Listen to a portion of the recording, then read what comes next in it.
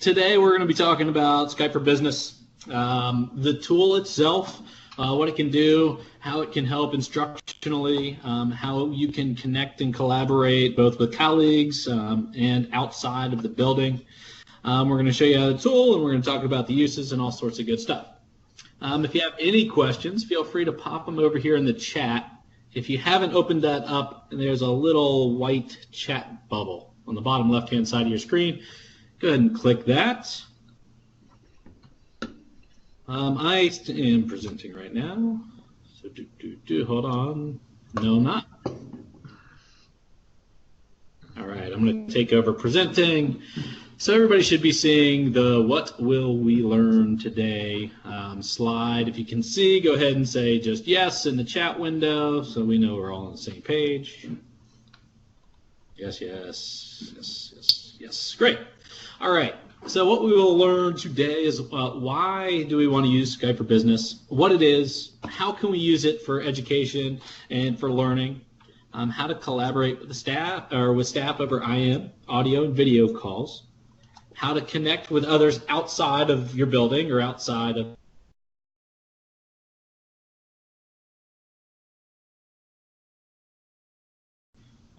other resources that we have to enable you to connect outside, and a lot of ideas about how to use this instructionally and how to use it for productivity. All right. So we're going to start off by kind of establishing why we want to use Skype. So you should see the Why Skype video. You can't hear this one, so we're going to have you play it on your own, and then we're going to come back and kind of chat with it. Cynthia popped the link over there in the chat. This is going to kind of set our stage for why do we want to use Skype. So go ahead. I think it's about 3 minutes long, so take a second, or 3 minutes actually. Watch the video, and we'll come back and talk about it. Okay, guys, I hope everybody is almost finished. If you're finished, go ahead and type finished and maybe a takeaway that you had from the short video in the chat window. And if anyone's brave and they want to turn on their mic and add something to the conversation, that would be fantastic. One of my big takeaways is that you can bring in experts. With our county initiatives of One of the World and project-based learning, connecting is a huge piece. So Skype for Business gives you a way to connect not only within the building, but outside of the building to experts or other people in the community.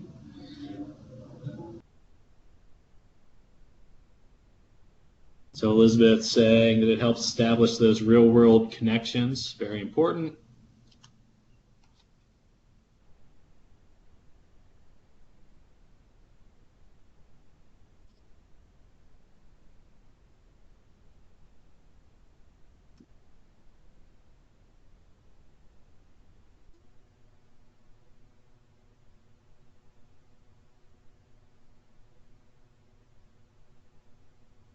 All right, so today we're going to talk about those things and exactly how we can make that happen. Move on to the next slide is what is Skype for Business? So Skype for Business has the former name of Link. So you might see Link in some places, just know that they are the same thing. So Link has now changed to Skype for Business, and they are combined into one fantastic application. All right, we can use it for messaging, presentations, meetings, and screen sharing all in one app that works really well with Office 365 and the whole Office suite. We have another video here, which we'll put the link in the chat window for you. It's only about a minute. So this is going to give you a brief overview of the Skype for Business window and where things are and how to make your first connections. Okay, can we give a couple people a few minutes to finish watching?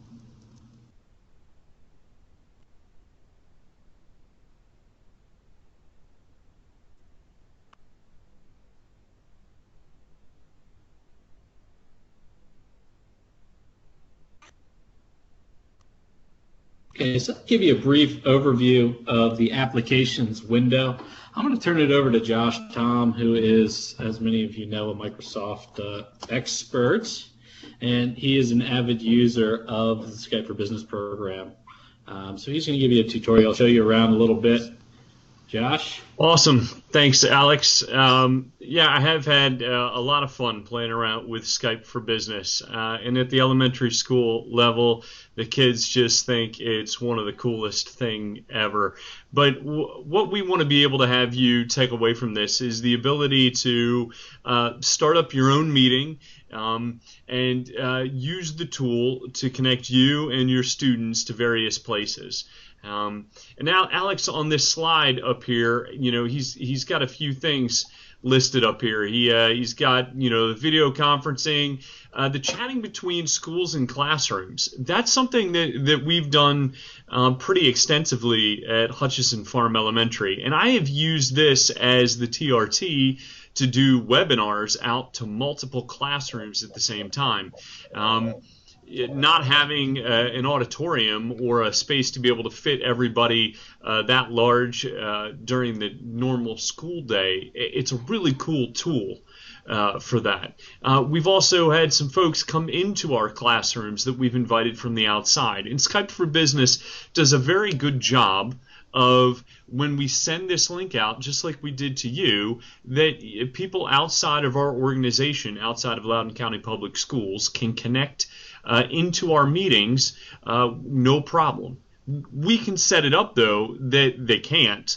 But, in our one-to-the-world mentality, getting people into the classroom and getting our classroom outside of the building are really important. So how do we start that out? You know what? First, let me ask you, Cynthia's saying, share your ideas down here. How many of you are familiar with Skype for Business? Can you say with a yes or a nope that do you use this for messaging? Have you used it as an instant messenger with your peers around the county? What do you think? Let's put that in there a little bit.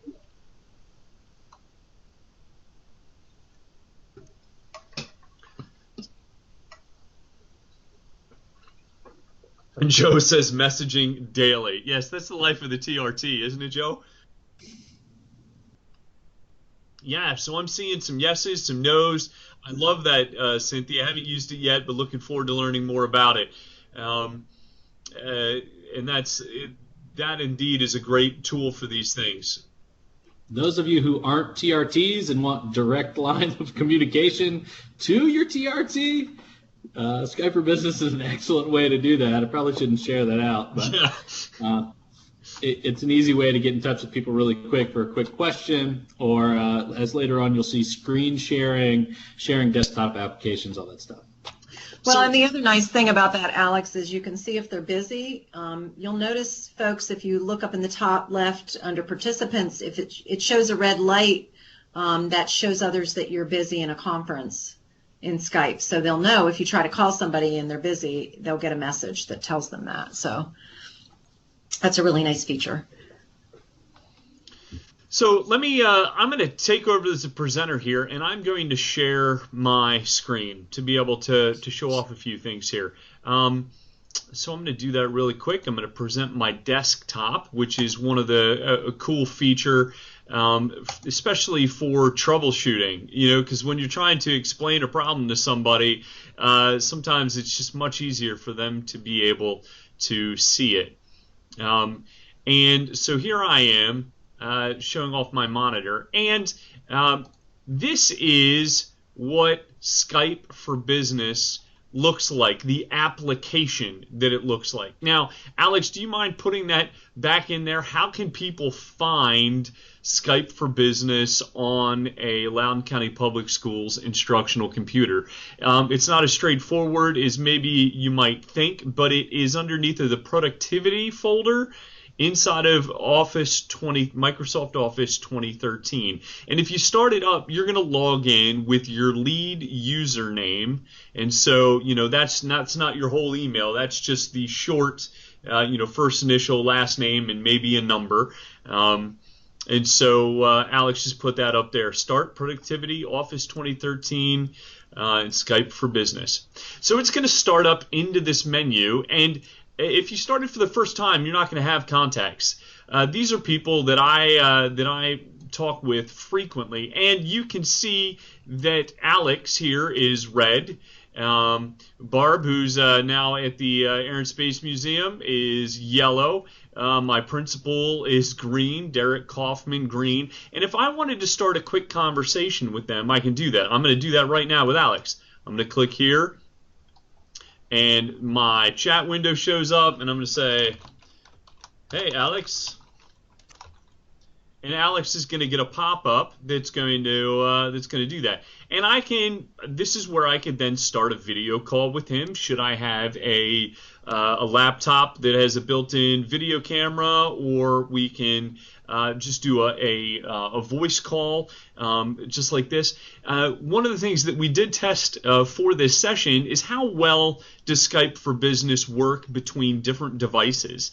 And one of our group members, Tricia Smith, called in from Skype for Business on her iPhone from an appointment that she and her daughter had.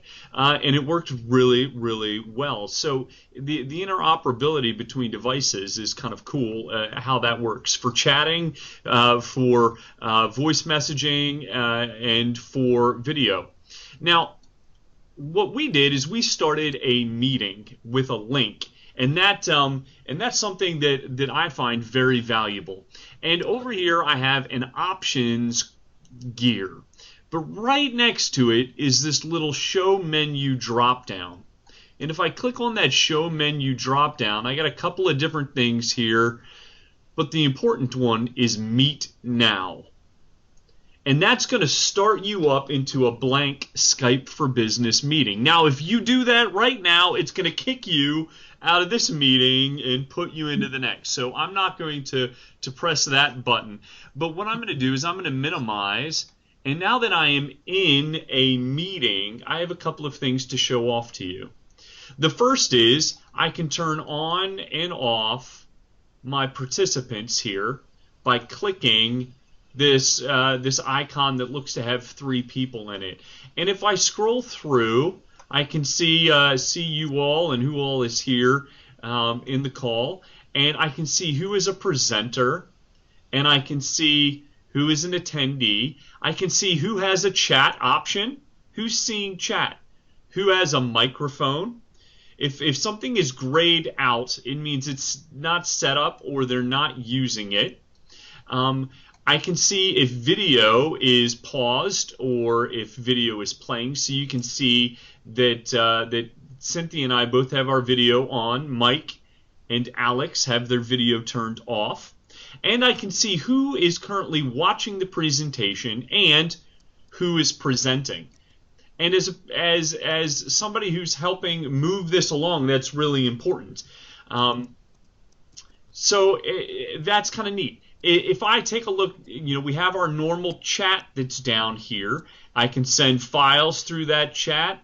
I can send some emoticons through that, and that's useful for sending things back and forth. And I can turn that on by using this little chat bubble for my IM experience.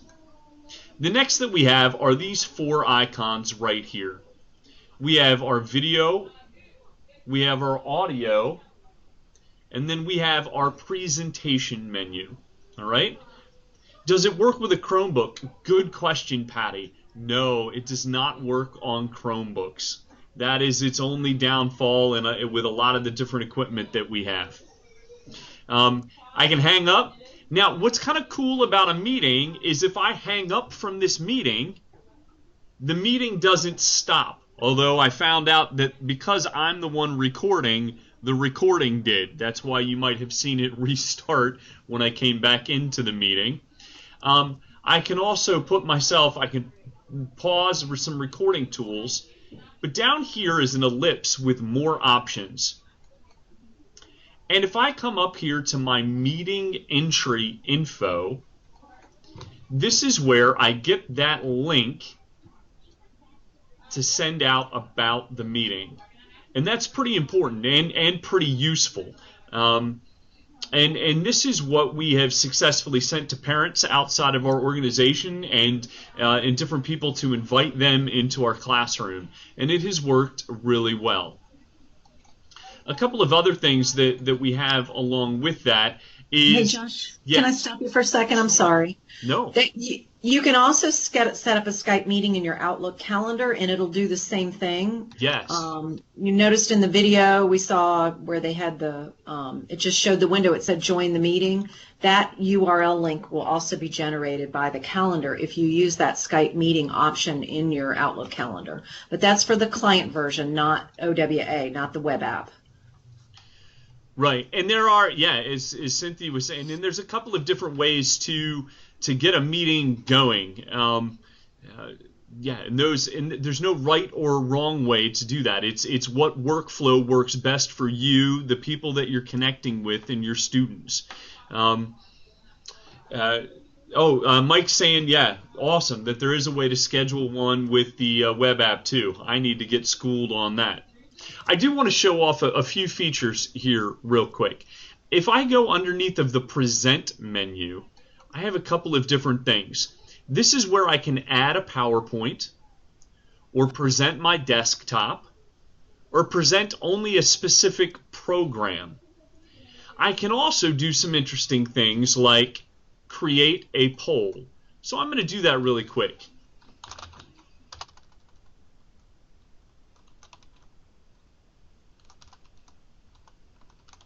So I'm going to call it How Was It? And I'm going to call the poll question, How hard was it to connect to today's meeting? Easy. Not much. Whoop. Not much of a problem.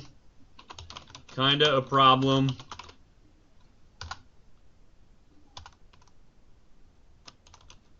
It was a problem. I am still not in. And I'm going to create that poll, and it's going to pop up for you to answer. And I'm also going to change it so that everybody can see the results as they're coming in. So as you answer in real time, people are going to be able to start to see those results coming in. So go ahead, everybody. Answer our poll. How hard was it to connect to today's meeting? When you received the link and it went into your web browser and started things up, how did that work for you? All right, we got about 13 different people that have answered. We got about 17 participants on the call. I'm going to say not much of a problem for myself. I'm still not in. Thanks, somebody. Brilliant. All right, so this is one of the things. Oh, yeah, sure. That's a great idea, Cynthia. So inside of adding and removing content on here, it's very easy to help people be a part of this process. So one of the things that I'm going to do real quick is I'm going to change this, and I'm going to go and I'm going to add a whiteboard. Right? And whiteboard is exactly what it sounds. Everybody's going to draw a smiley face or a tree or a flower, but have at it. Everybody has access. But here's another thing. You can also unmute your mic. So I'm going to choose my friend Elizabeth Cox, and I'm going to say, Elizabeth, do you mind unmuting your mic and talking about your experience and how it was that you connected to this Skype for Business meeting? Wow, way to put me on the spot, Josh Tom. But you know how I love to talk. So let me see if I remember how I connected to this meeting. I think it was in the email invitation that I opened up. Maybe. Does that sound right? That's exactly right. Yep, that was how I did it. Now, are you in the client, Elizabeth, or are you is this happening inside of a web browser for you? I am in the client. Actually, no, I'm in the web browser. Sorry, okay. I've been switching back and forth. And so what we find is that the web browser seems to work pretty well. It is not as neat. Things are not as small. So on a lower resolution screen, things are very crowded. But it seems to work very well. Now, let's say that Elizabeth had to step out of her office for a moment and she left her mic on. As a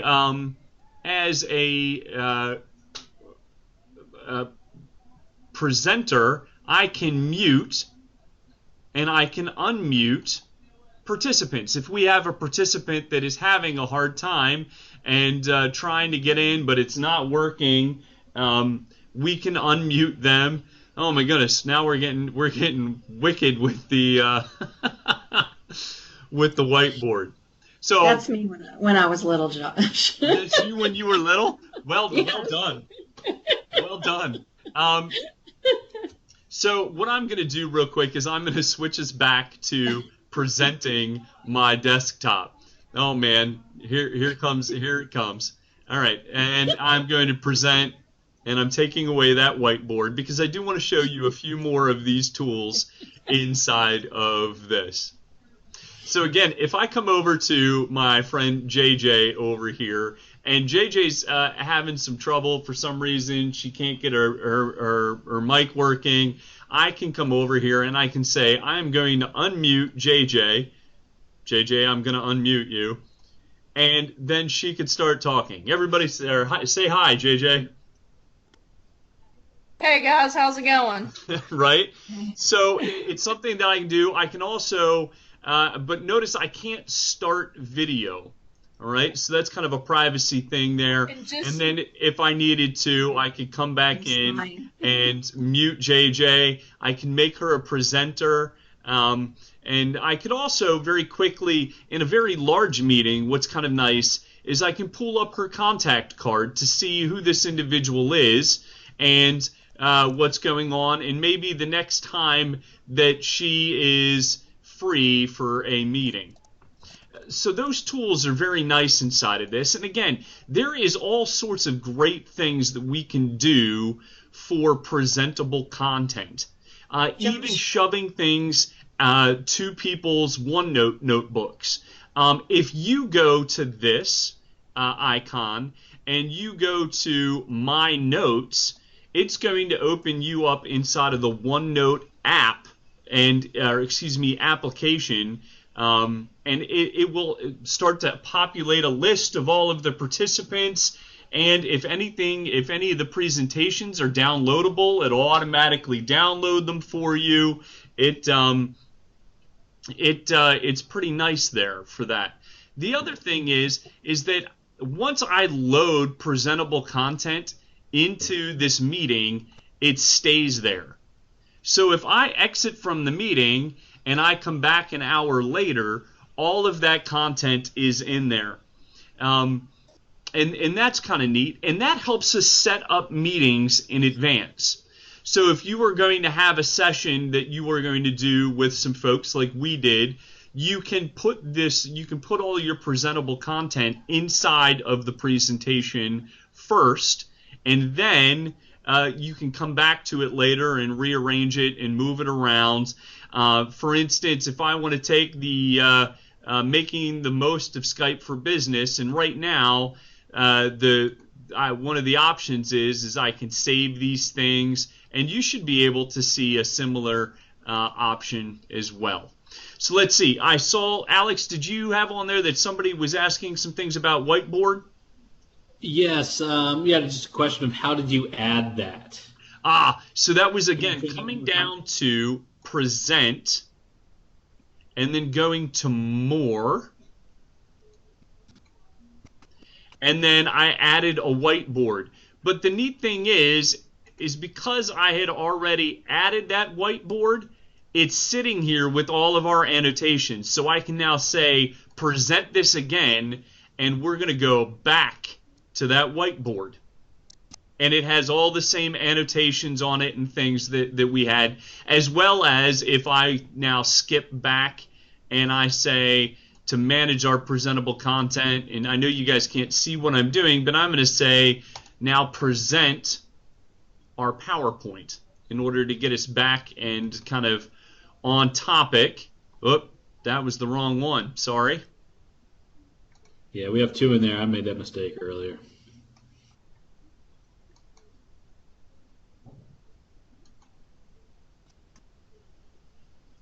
And so notice again that it keeps all of my annotations for this meeting. JJ is asking, is there a size for the PowerPoint? JJ, I've had PowerPoints in the hundreds of megs posted up inside of here. The only drawback is, as you all have seen, that if you have video content inside of that PowerPoint, your audience doesn't see that being played live, nor do they hear the sound. So also, Skype is intelligent enough that even though my mic was not muted, if I play a video in my web browser, Skype cancels that out, so it does not broadcast out that extra sound, which is kind of neat and sometimes a little unnerving. One of the things that we wanted to see if we could do was just have like Pandora playing in the background or something for the entry music. But it doesn't work because Skype is too smart for us, and it cancels out that noise. We would have to play it from another device, which sometimes I do by just setting my iPhone down next to the speaker and kind of letting that go. So those are kind of the nuts and bolts for how we get started, and there are a lot of links that we have put into our presentation and some pretty great videos that step you through how to create a meeting, how to do some different things, presentable content, and we would encourage you to go back through those and kind of try them out. But I'm going to hand the floor back over to Alex and Cynthia so that they can bring that back into kind of the content and what can we do with it in the classroom and what can we do with it as peers inside of Loudoun County. Did I cover everything, Alex, did we have anything? Did we have any outstanding questions there? I don't think so. We can go back, and if you have a question, go ahead and pop it over in the chat. And it might be a good time. Cynthia was really encouraging us that, you know what, if you have a question and you'd like to come on mic for the next couple of moments, why don't you do so? Go ahead and unmute yourself, and a good protocol is to just say, hi, my name is, and then go ahead and ask your question. And Alex, why don't you go ahead and take over as presenter? All right. Be brave, guys. It's okay. Going back to our list here, we're on the uses for education slide. I'm going to take over as the presenter here. We've talked a little bit about video conferencing. We've talked about chatting. We've talked about inviting other experts into the classroom, like we're doing right now, webinars. There are a couple of ways to get involved in Skype through Mystery Skype, taking virtual field trips and talking with a guest speaker. I'm going to let Cynthia, if she's there, tell you a little bit more about some of these things as easy ways to get connected.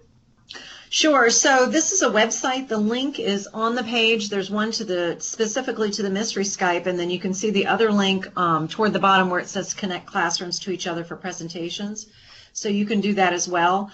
And if you go to this web page, that will take you to the same one where you can line up a virtual field trip, find some subject matter experts. There's lots of volunteers you can connect with through this page, as well as the Mystery Skype. One of the things that I suggested was before you jump into Mystery Skype, you may want to do that between, say, another classroom that teaches the same subject area that you teach. It could even be, identify the chemical element, or, identify this person in history. You want to set up something where you and your students get comfortable initially with the format. You also want to make sure, that you've set those protocols ahead of time.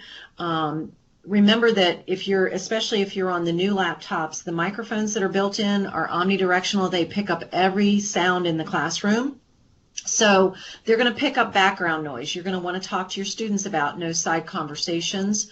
You want to make sure that you've developed a protocol ahead of time with them on what the rules are for engagement within the video conference or the classroom connection that you make. So you may do a Skype between another classroom ahead of time and get the students comfortable with and experienced at the format, as well as yourself. Do it with somebody that you know. It'll make you feel more comfortable. And then look at reaching out through some of these other resources. We also have a page you'll see towards the end we get to, and we are sharing this PowerPoint with you at the end of the presentation. So Alex will provide the link. It's in SharePoint. You'll be able to access it through your account. You can get to it immediately afterwards, but you can try to make some of these connections, and you'll see on the last slide there's lots more link places that you can do that in. Okay, so hindsight. You obviously want to do a test connection ahead of time with the site that you're connecting with. I will caution you, we've even had a test connection that worked and then the actual conference didn't. So make sure that you have a plan B. Also make sure you keep time differences in mind. If you're Skyping with someone, say in Europe, they're obviously going to be way earlier than us. It'll be the end of the day for them and the beginning of the day for you. Vice versa, if it's California, it's going to be earlier in the day. So you've got to take those time differences into consideration when you're scheduling. You also want to make sure that you have a script for your presentation, specific questions. What are the questions that the kids are going to be asking? Help them with fine-tuning those questions and make sure they're on point and that they're thoughtful questions. You want to, obviously higher up the level of your critical thinking scale if you're looking at Bloom's.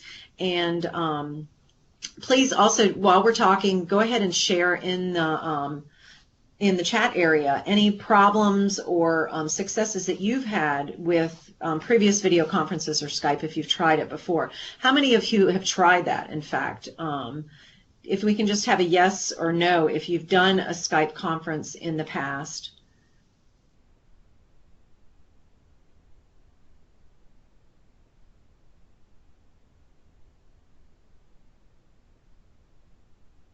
Okay, so it looks like we have a good mix of people who have and people who haven't. How about the Polycom unit? Have any of you tried that? Because Skype now does work with the Polycom for some participants. I know we can do it out, but you have to schedule it with someone who can do it that way as well.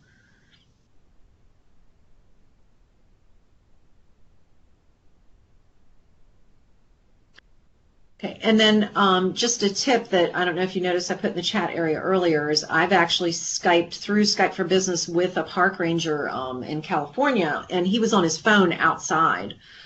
So you can do that as well. They don't have to be limited by time and space. Okay. All right, so it looks like we have a good mix of people who have and haven't. So a classroom connection between someone, a colleague that probably is such a subject area you already teach, or if you're doing an interdisciplinary unit. I know I've done one where I was co-teaching a unit with a history teacher and I was teaching communications.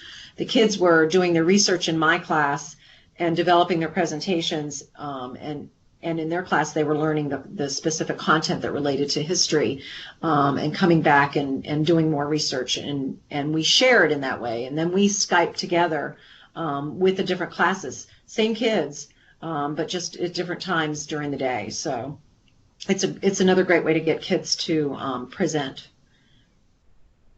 Okay, so Tracy's Skype with family, that's great. That's another great way to use the tool. So there are a couple of communities that you can go to. Can you jump back to that slide, Alex? That's a really good one. You can see it's free, simple. You can download it from Office 365 to your personal device, or you can use a school device. And it gives us a great opportunity to collaborate in lots of different ways. Alex, go ahead and jump to the next one. There's several different places you can connect with other schools as well. Not just some of the resources we're going to show on the last slide. There's also these other ways to do it. You can use hashtags. You can use Skype in the classroom on Facebook. And then there's also this Skype Educator Network listed at the top of that slide. And then you can see there's a Pinterest page for Mystery Skype. So you can learn a little bit more about that before you actually jump in and do a Mystery Skype. But the Mystery Skypes are a lot of fun. You could even start with, like I said, comparing something that you're teaching in your classroom with another classroom, and then jump in and do a Mystery Skype. So those are a lot of fun. And then the last one. So there's a lot of resources here for you. We have, Alex, do you want to talk about the top, and then I'll talk about the bottom part of this one? I'm going to give you guys the link to this PowerPoint. These business Skype for Business mixes will just give you a little more insight into joining meetings, leading meetings, and scheduling meetings. Since we don't have a whole lot of time here to have you guys go and practice in this tool, we wanted to give you some resources that were step-by-step so that you could go off and do this on your own. The other video conference resources to explore, the next section there, I'll point out a couple. The second link there that's kind of long is a bunch of authors that are willing to Skype with your class for free. All right, and the list is really lengthy. So if you're using books for whatever content you're teaching, go take a peek. See if there's an author that's willing to Skype with your class, have your students answer questions, a real quick, easy, free way to jump outside of the classroom. A couple others that I'll highlight on there are the CILC. That's a database of all sorts of different organizations that do video conferencing. Most of those are paid services where you could go to different museums around the world. You can go to different organizations that do outdoor experiences. Almost anything that you could dream up curriculum-wise, somebody's doing a video conference on it. Those are paid, and a lot of them do work with the Polycom software. But Microsoft and Polycom are playing a lot nicer these days, so there are ways to make that happen. All right. And then the nuts and bolts, we didn't want you to walk away with feeling like you didn't know how to get started. So we've provided a couple of online tutorials. The first one in YouTube is about 15 minutes long. You can stop and start it. It shows you exactly where to click here, get started. Here's how to add someone. Here's how to do a conference call through video or just through the IM, and how to present exact step-by-step. The second one, the start guides, are actually chunked by how you're using the tool. And then the last one is actually a live demo recorded where it's from Skype for Business YouTube channel, and they show you her actually setting up a meeting with someone, making a call. Here's where you click. Here's how you find the person, add your contact. How you share a file. You can drag and drop a file into the chat area directly, and then they can open the file from there. You don't have to email it to them ahead of time. So there's lots of different options, but that one's really nice. It's a great step-by-step live demo of actually using the tool. So you should be able to quickly get started. We did want to, Josh, do you want to jump in here and guide them through finding someone and starting an IM chat? I can take over. I can do that. Go for it, Alex. All right. I'm going to just change and present my desktop here. Say present. Whenever you do this, it gives you a little message that says, hey, people are going to see everything that you're doing and everything that's on your screen. It's a helpful reminder to, close any of those message windows that might be sensitive information or anything like that. And now it pops up. It does take a minute, less than a minute, for it to connect over so that you're seeing what I'm seeing. Yeah, as Alex says that, really one of the things that is important in that is closing down your email while you're a presenter and not having any of your email notifications pop up. That can sometimes be awkward. Yes, it can. So I'm going to go over here. I'm going to go to my Skype for Business window, and I'm just going to open it up here. Jay was in the other group, so I had him up. But in your Skype for Business window, right here, you can search for anybody within the in the county. I'm just going to type in Tom, Josh. There he is. It says he's in a call, but I'm going to bug him anyway. So I'm going to pop it up. And right here, you just type away. And good to go. So I think we already showed you guys that once, but let's take maybe 2 or 3 minutes. Let you go in. If you have the client version of Skype for Business, go ahead and launch that, and then find somebody to send a message to. If you can't find anybody that's available, I know Josh, myself, Cynthia are also available to say hi to. So we're going to take... Or you could contact somebody right here in the class. Pick someone off the list. Mm-hmm. All right, we'll give you about 2 or 3 minutes to go ahead and explore that. All right. Yeah, so Alex, it showed our chat window from our elementary session. It holds that memory while since the last time that you closed Skype for Business, it keeps a hold of your conversation list.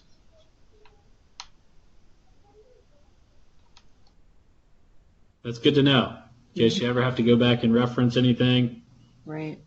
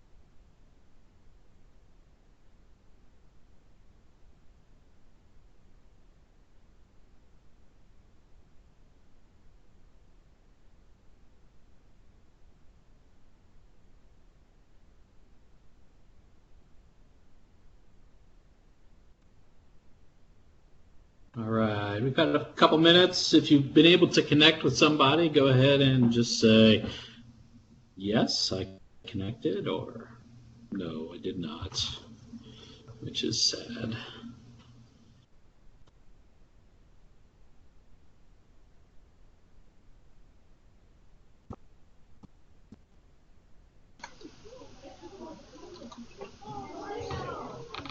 Alex and Mike and Cynthia, are we going to open it up? Anybody that wants to test their mic, ask a question, be brave? What are you thinking? For sure. Turn on your video. Say hi. Anybody want to jump in and take the floor? All you have to do is turn your mic on and your video, and you can start talking. You don't even have to turn your video on. Just turn your mic on. We can do audio. In fact, I'll go ahead and Cynthia, turn. Yeah. Did we talk about the survey for later on yet? Have we No. mentioned that? I'm going to share that. Awesome. Do you want me to? What time is it? Yeah, I should probably go ahead and do that now. So, for you to have the ability to practice this, we wanted to be sure that there was some guided practice. So we provided the videos on how to connect, and then we're going to give you the opportunity to earn an extra CEU. And the way you can do that is you carry out your own Skype for business video conference or chat with someone, and then you're going to complete the survey link that's in the chat area right now. It's also on the last slide of the presentation that Alex is going to send you just as soon as we get closer to the end. And you'll just click on the survey, answer the questions, and it will email me a copy. And then, or Mike and Alex will get a copy. And then we'll give you a CEU credit in My Learning Plan for taking that extra step. Okay, so there Alex has provided the link for the PowerPoint.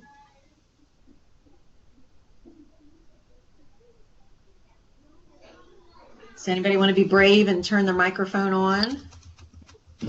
Even if it's just to say goodbye. Questions, comments, cool things that you've done, seen, anything like that?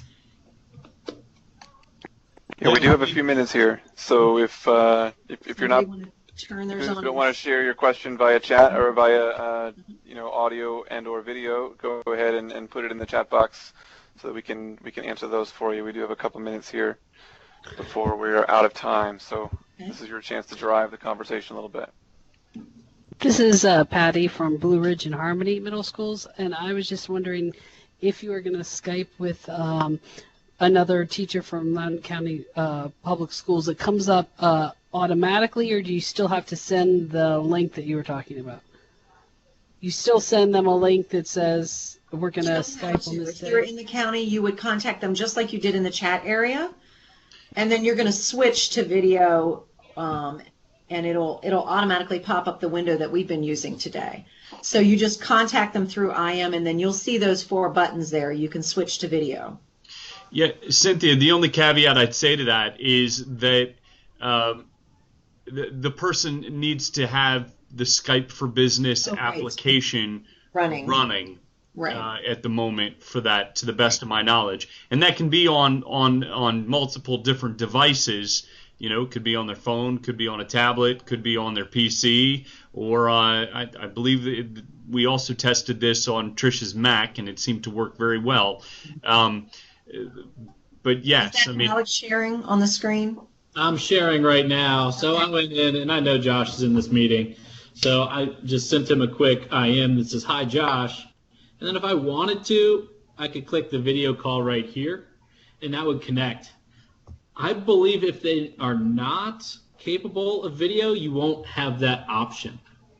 Right, there'll be a line through it. Right, it'll just be grayed out. But you can still call them, and you would still have audio. Right. As long as they have a microphone. Okay, and then I had one other question. When you're using it with your classroom, with the Promethean board, you said you had to connect a laptop or some type of web camera so it can project from the Promethean board. What about the mic? Like, is the mic from a regular laptop sufficient? Yes. Any kind of a computer mic will work. Even the lapel mics work just fine. Do the kids have to come up closer to the laptop, or is it good enough to hear them from anywhere in the room? If they're asking questions. It depends on the quality of the mic. The simple little lapel mics, you probably want to have them come up closer because the lapel mics are not omnidirectional. They don't pick up everything in the room. They'll pick up a good bit of sound, but you still want to have them closer if you're using a lapel mic. Okay. And pretty much every school has some of those sitting around, so they're widely accessible. Thanks for jumping in there, Patty. Josh and Jima just stated kids need to project when they're speaking. You can't go in there and mumble down Right. You need to project at the camera or at the microphone to make sure people are hearing what you're saying. Good practice public speaking, and really great for ELL students to practice their English. Yes. In fact, Patty, we have had teachers Skype with kids in, say, South America that are predominantly Spanish speaking. And it's so funny because our students want to talk to them in Spanish, but they want to talk to us in English. So you have to develop those. What we do with them is, say, the first 15 minutes we're going to speak in Spanish, and then the next 15 minutes we're going to speak in English, so that they both get that need satisfied, and it's very clear to them in advance what's going to be happening, so they don't sit there and want to say it in the other language. Right, I'm an ELL teacher, so we're going to be using it to help our newcomer students not only learn content but also practice their English speaking skills. That's great. Well, hit me up because we've got lots of ELL kids here too, so we'd be happy to Skype with you. Okay. All right. Anybody else? We did have a question about from Cynthia about how to record or how to view a session later. And Cynthia, you have to start by recording the session. And if you're using the client version, there should be a button under the More Options, the little ellipses that Josh showed you in the bottom right of your screen. And one of those options should be Start Recording. And then once you stop recording, it will show you. It'll basically, there's another little application that runs called the Skype for Business Recording Manager, and it will show you what recordings it created, and then it will allow you to publish those recordings into a format that you can then upload to YouTube or Office 365 or some other place where you can store the video to make it accessible to others.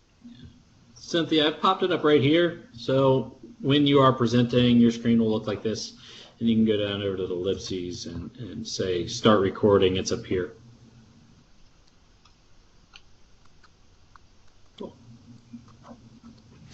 All right. Well, it is 5 o'clock, so I hate to break up the party, but I also don't want to keep you past your time. I know many of you are at school well past the time that you normally are, or you have other things that you need to be doing with your time here at school. So I want to thank you for joining us today. If you have any other additional questions, please pop them in the chat. We'll hang out for just a couple minutes and make sure those get answered. I'm going to paste into the chat box here a URL for a brief, very, very brief survey. If you could respond to that survey and give us a little bit of feedback on today's session. We do take a look at that feedback and we use it to constantly tweak things and improve and help to make sure that these sessions are as useful for you as possible, because we know how valuable your time is. We want to make sure that it is time well spent when you're here with us. So if you could do that, that would be fantastic.